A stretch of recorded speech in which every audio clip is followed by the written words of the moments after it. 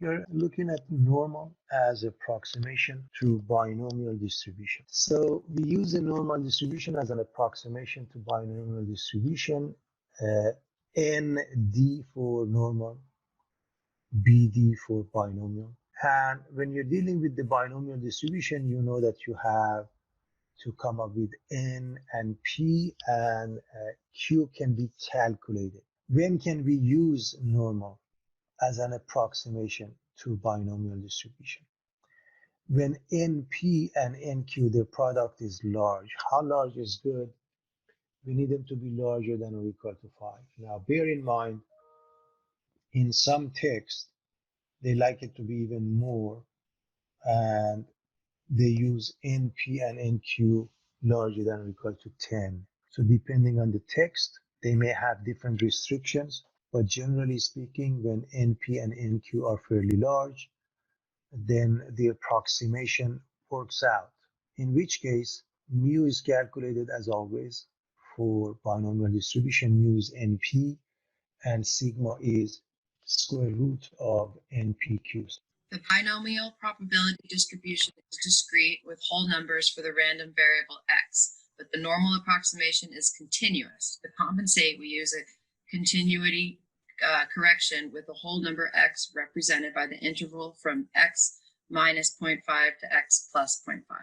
Recall a binomial probability distribution has a fixed number of trials that are independent, trials that are each classified into two categories commonly referred as success and failure, and trials that the probability of success remains constant. We will discuss this further, of course, but the idea and the synopsis is very simple.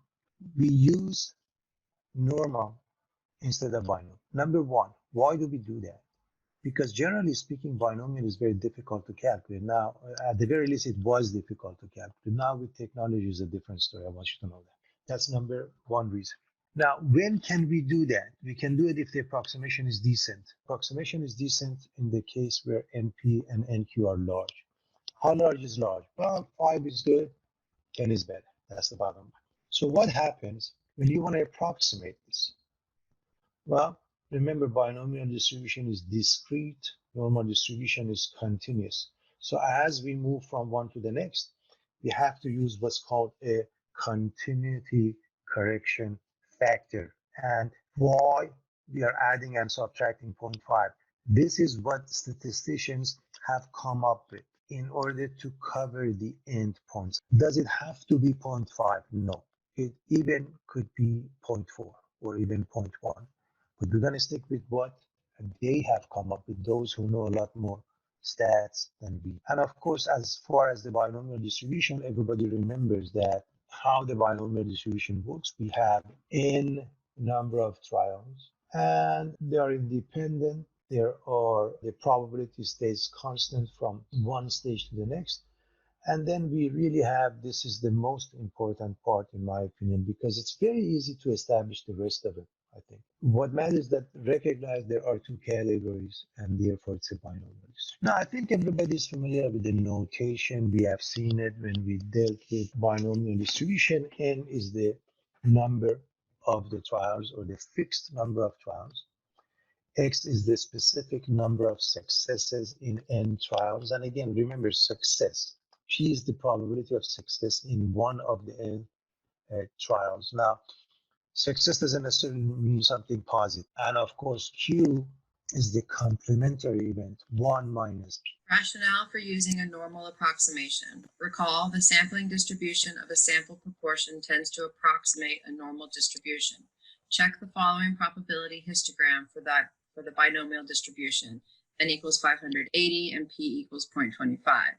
In one of Mendel's famous hybridization experiments, he expected 25% of his 580 peas to be yellow, but he got 152 yellow peas for a rate of 26.2%.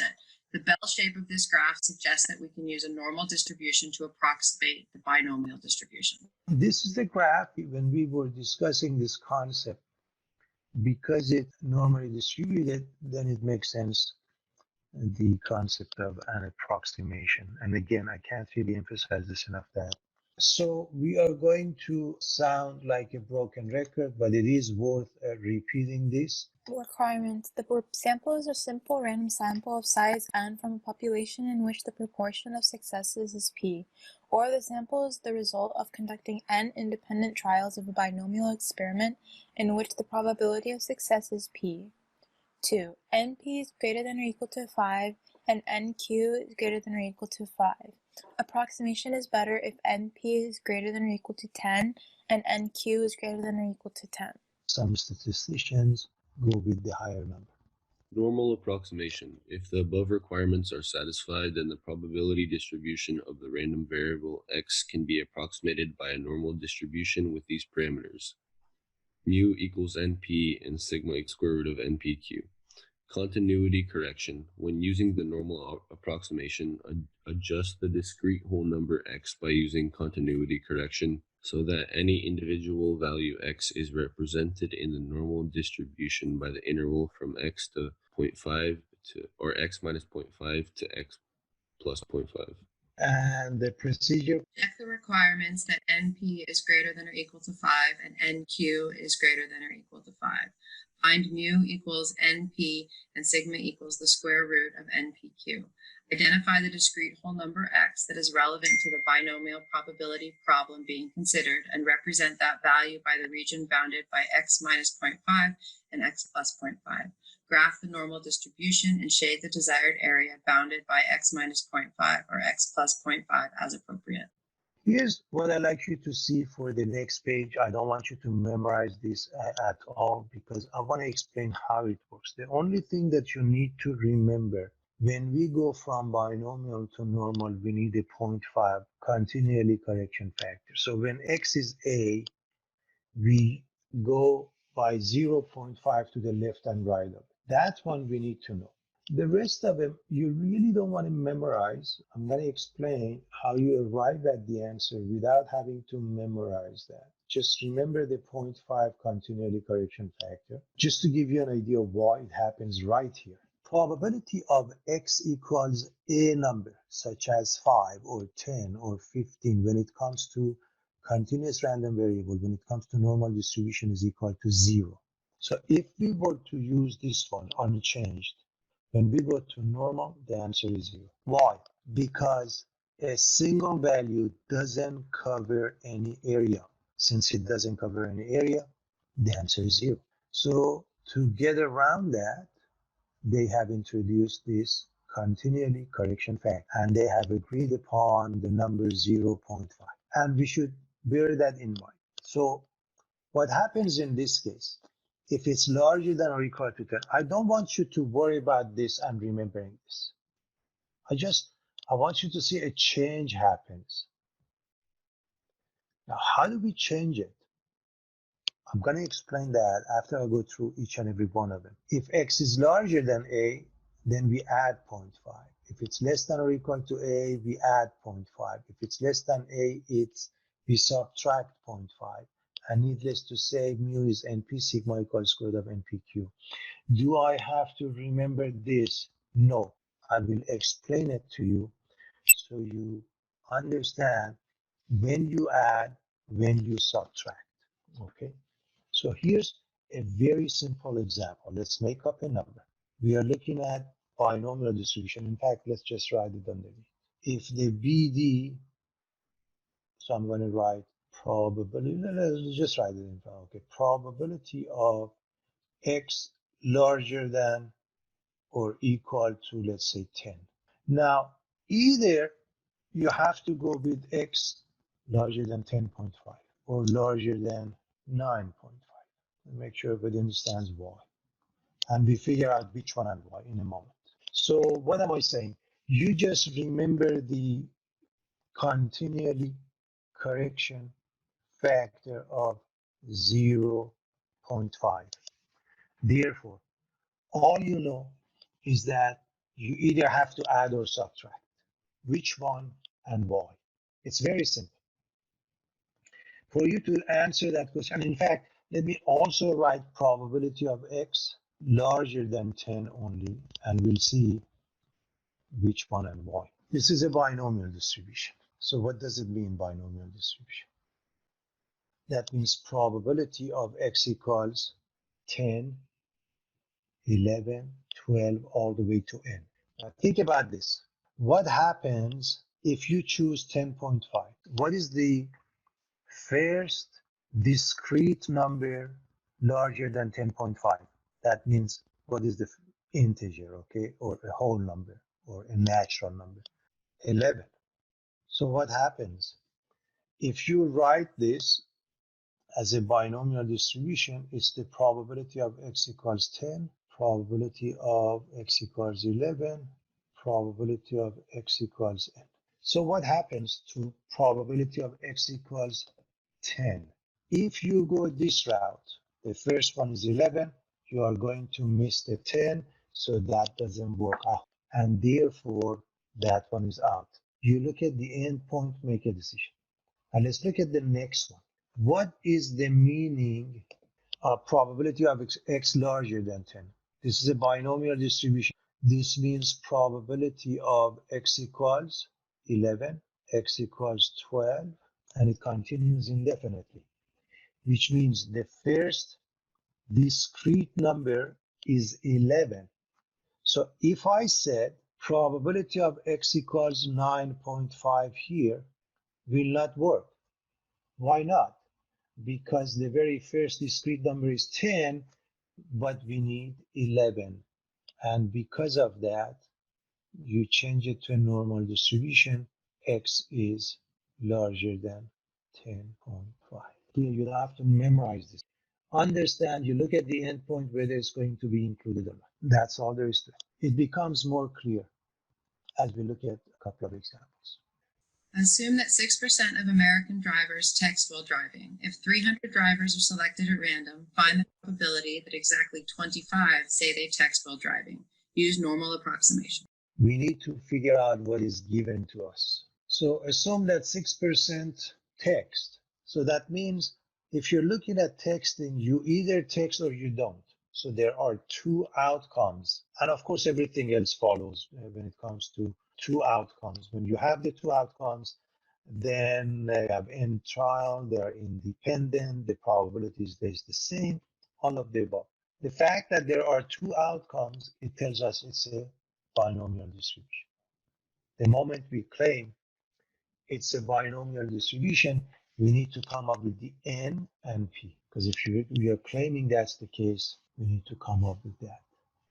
So we are dealing with a binomial distribution. That's the first thing. Now they're asking us to do normal approximation. To do that, we're going to check the work. So we have to calculate the NP and NQ.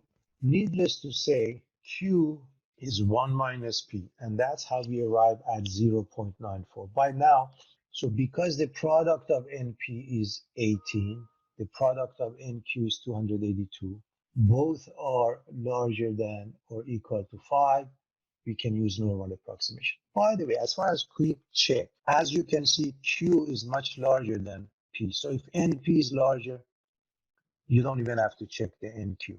Okay, so depending upon which one is larger. Whatever is smaller between the P and Q, check that one, and then you don't even have to check the larger one. I mean, numerically, you can guess that it is obviously larger.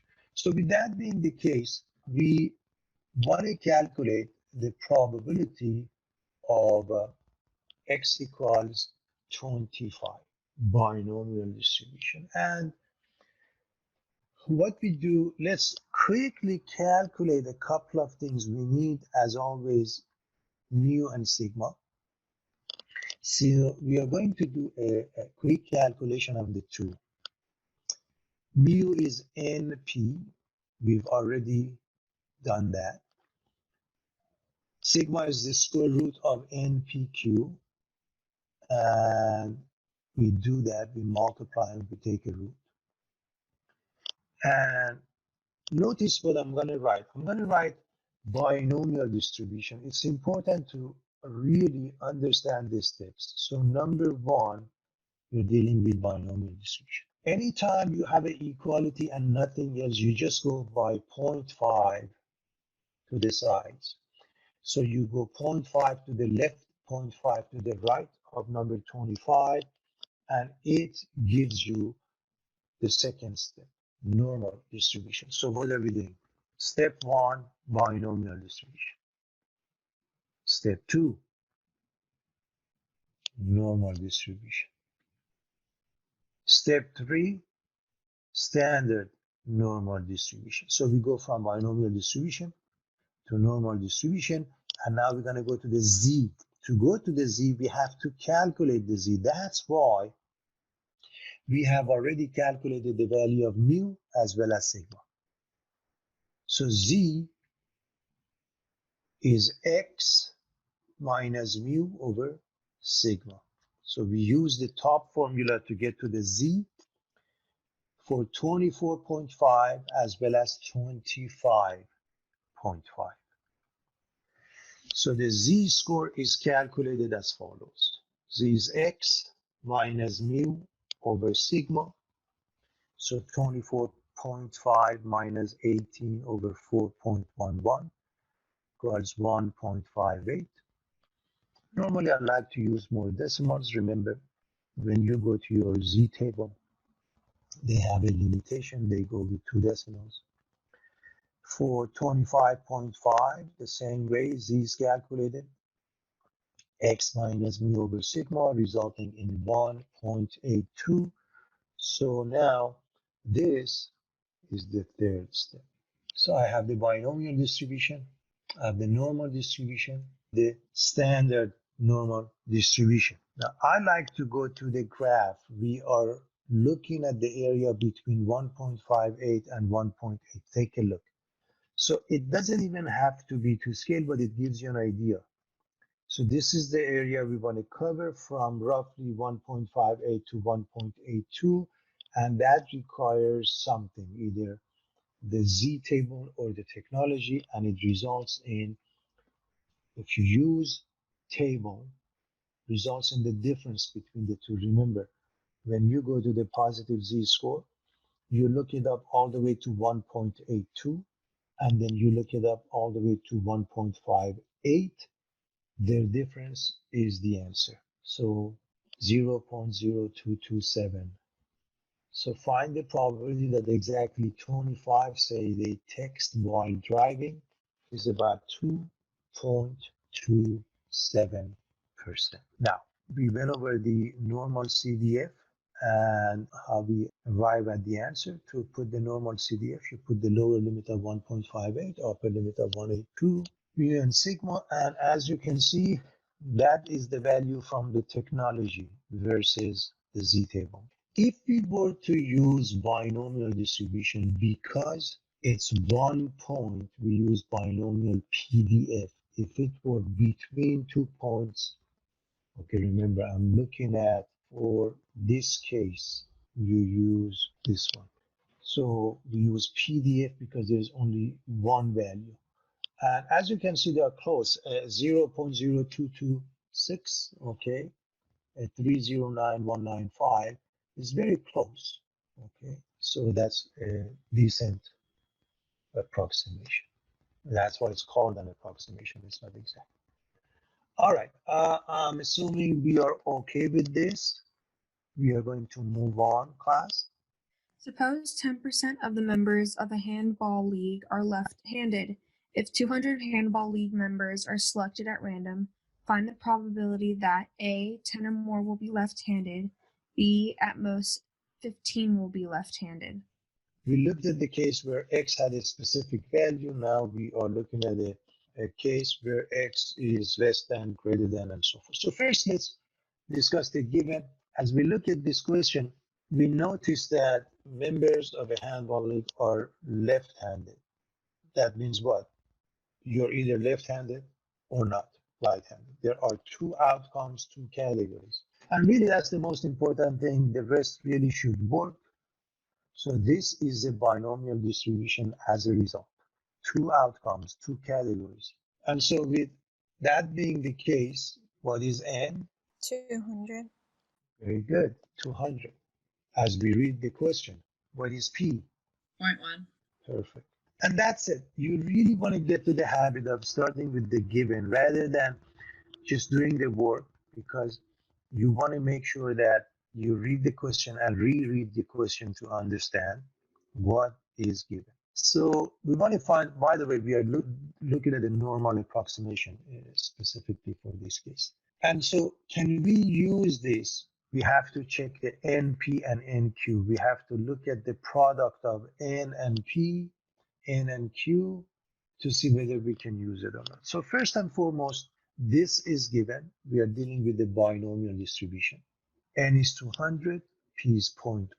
NP is 20, and NQ is definitely larger because Q is larger. And again, Q is 1 minus P, or 1 minus 0.1, or 0.9. Mu is NP. We calculate that. We already have it as 20. And sigma is square root of NPQ. We multiply them. We take a root, and that would be sigma equals 4.24.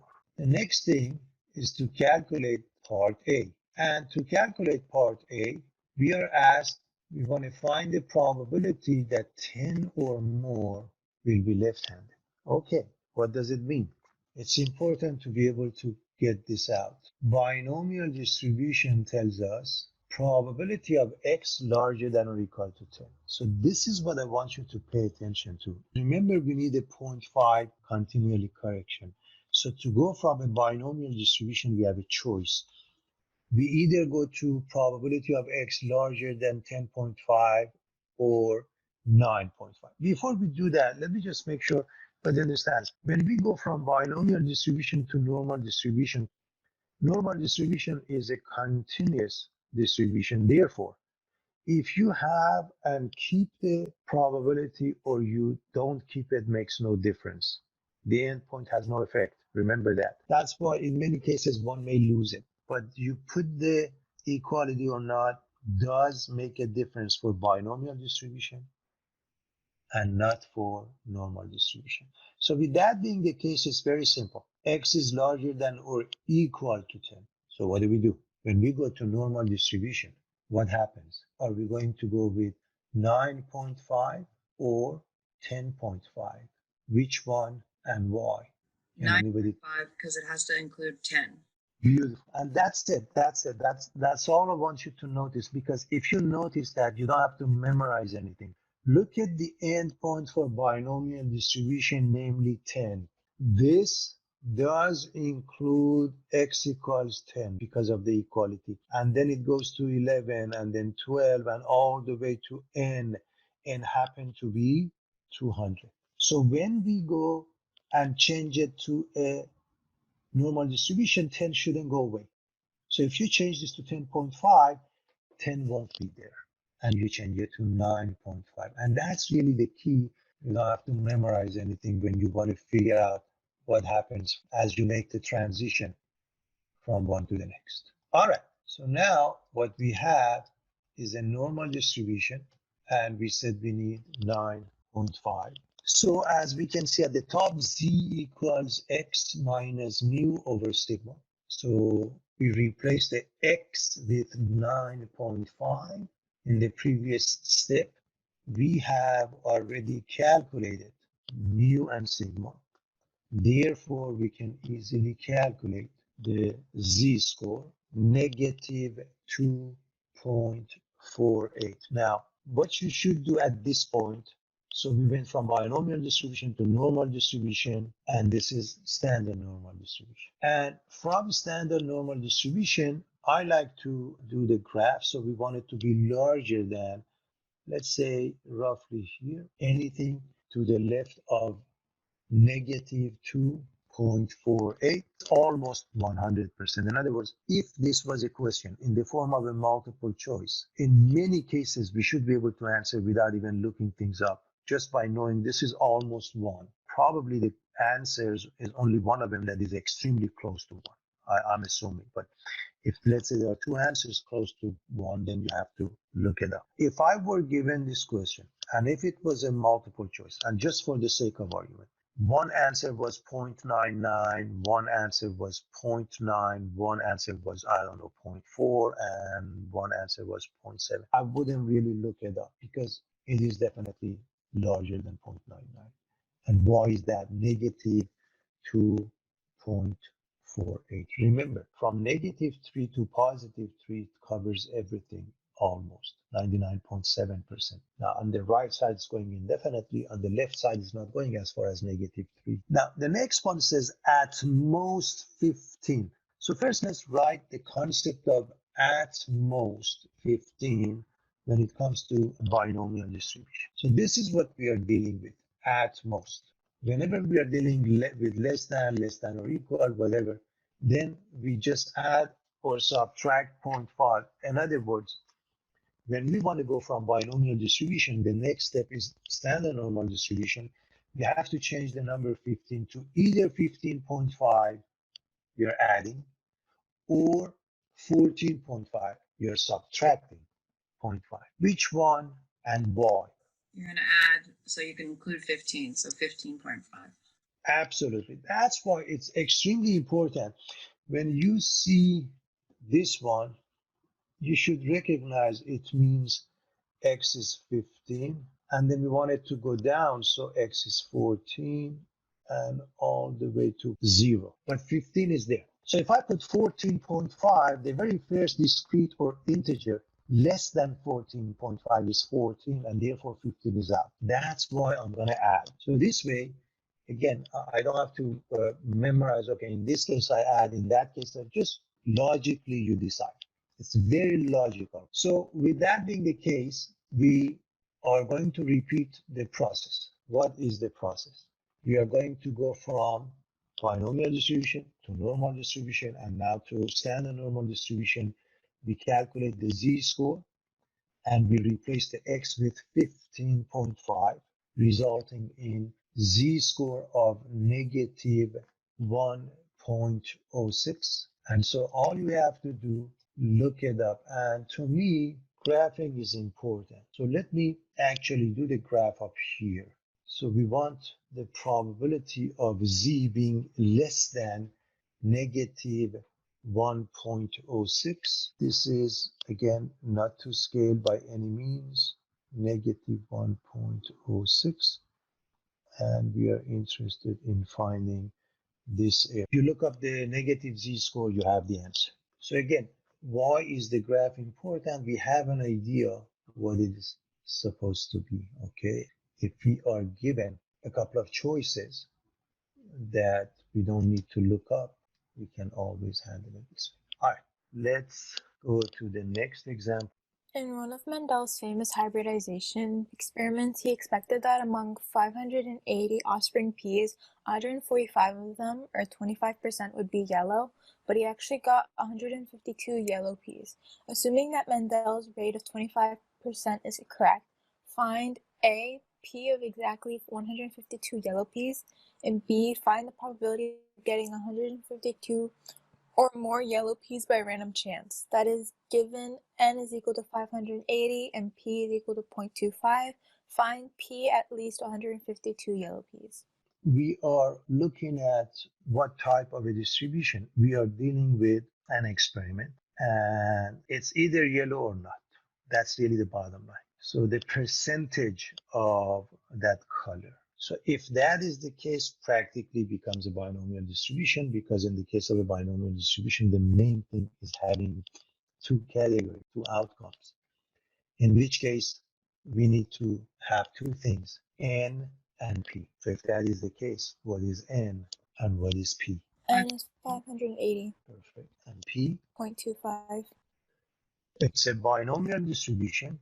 N is 580, p is 0.25. And before we move on, look at the rest of this stuff. We are using approximation.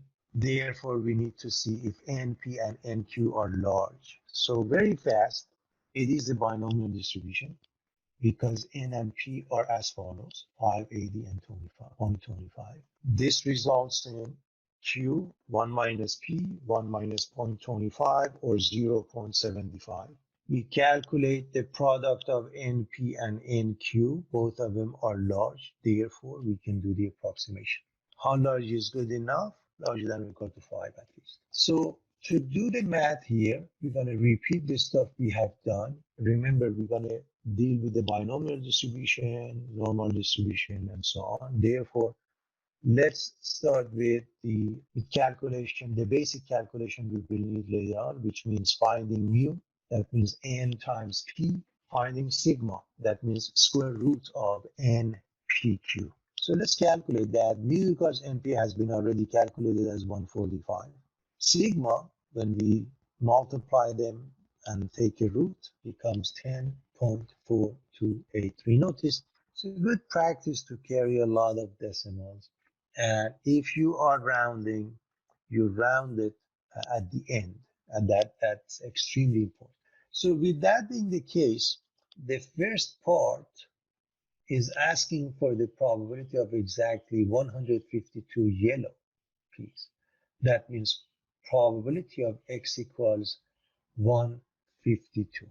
Probability of x equals 152. When you have one value, to go to normal approximation, you introduce the 0.5 continuity correction factor, so you add and subtract both.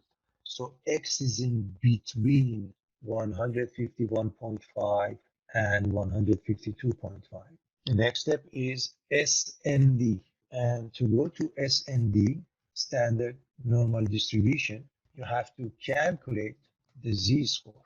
To calculate the z-score, x minus mu divided by sigma, and we have already calculated mu and sigma. We plug it into the formula. As far as the graph is concerned, always interested in graphing the z. But just for the sake of argument, if we want to stick with this, and I will show you the z in a moment, 151.5, 152 is a small strip, so therefore a small probability is expected. And we calculate the z-score accordingly. And for 151.5, we get about 0.62. For 152.5, we get about 0.72. And therefore, the z-score is between 0.62 and 0.72. Again, you look up the table to come up with the answer. I would have done so between 0.62. You look up the table to come up with the final answer, and it gives you the answer as you can see here. It's a tiny answer, 0.0318, so there is a 3.18% chance that exactly 152 yellow peas exist. Part B, we want to find the probability of getting 152 or more. So at least 152. That means X is larger than or equal to 152 when it comes to a binomial distribution. So here's what's going to happen. We need to add or subtract 0.5. Which one? Are we adding 0.5? In other words, we're going to change this to 152.5. Or are we subtracting? We are changing it to 151.5.